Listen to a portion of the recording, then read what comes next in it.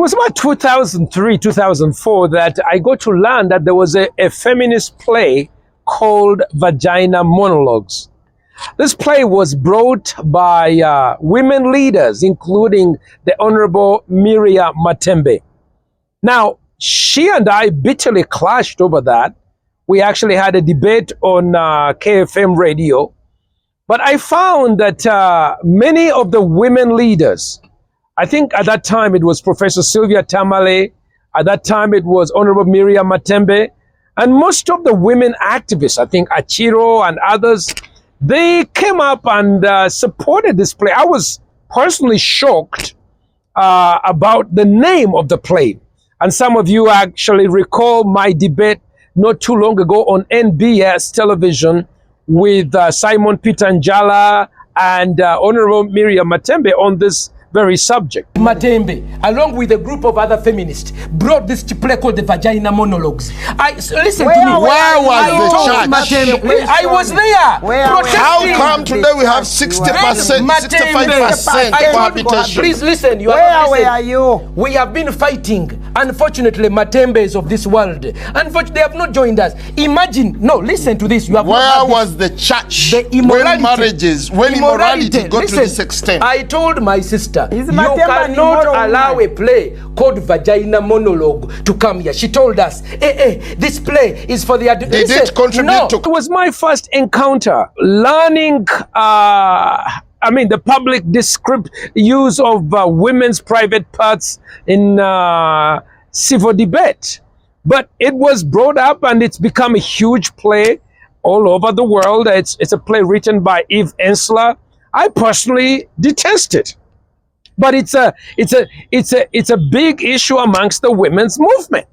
If you Google it, you'll find it. And some of you do recall our debate over that. That was the first foray that I had.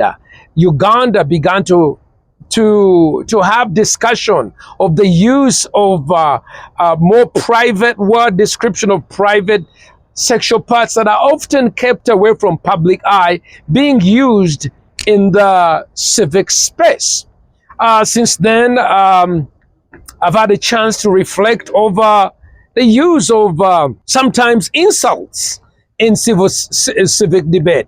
I recall the late Mwalimu Nyerere, when he was talking about the subject of tribalism.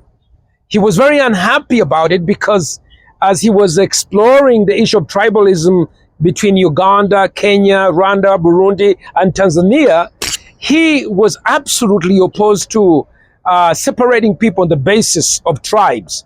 Mnazungumza lugha ya makabila. Mtuingize katika karne ya 21 mnapanda basi la makabila.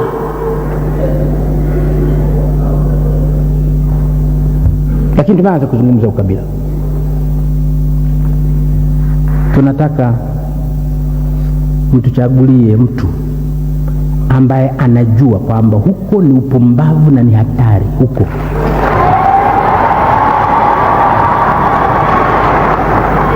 You see the use of insults in public space by one of the African fathers. Here in Uganda, we have seen, I recall during the anti-homosexuality signing, President Museveni, when he was describing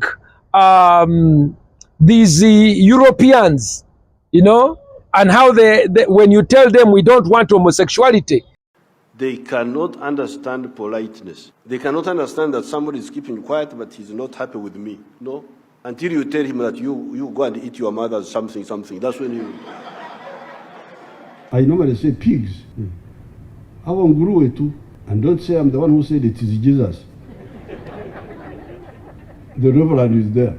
The prisoner is reverend, because it says in the Bible, temusanga bie mwendo byamwe omumaso g'embizi mutarita eruzanyu n'urunyankore mutarita eruzanyu omusho g'empunu. Thou shalt not put your pearls before pigs, because they don't appreciate it. Killing an old man, an old woman. You are a pig. You are a pig. Nguruwe, embizi. What do we call pigs in Acholi? Come and tell me, Reverend. Look, Acholi, my bear.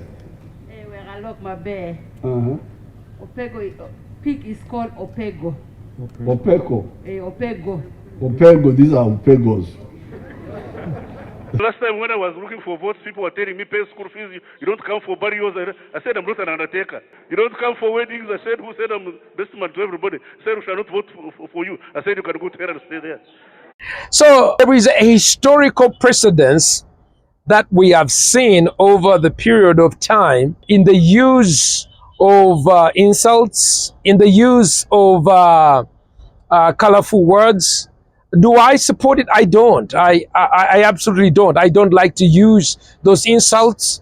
Although in the Proverbs of Baganda there's a saying that says "Owebango botamuwemukira tewebika." Basically, what the proverb is saying, some people are so rude, you gotta insult them to be able to communicate to them. All these things, like your particular kapafo, is then given legal dressing by this from Karamoja. I'm here to condemn that, those statements, and to demand an immediate and public apology. It's the right of the independent magazine, Andrew Mwenda, who says, I may disagree with you, but I will fight to the death to protect your right to express your idea. I think we need to look in the discourse of historical context to see where this is coming from, the use of insults, the politics of kumanyoko.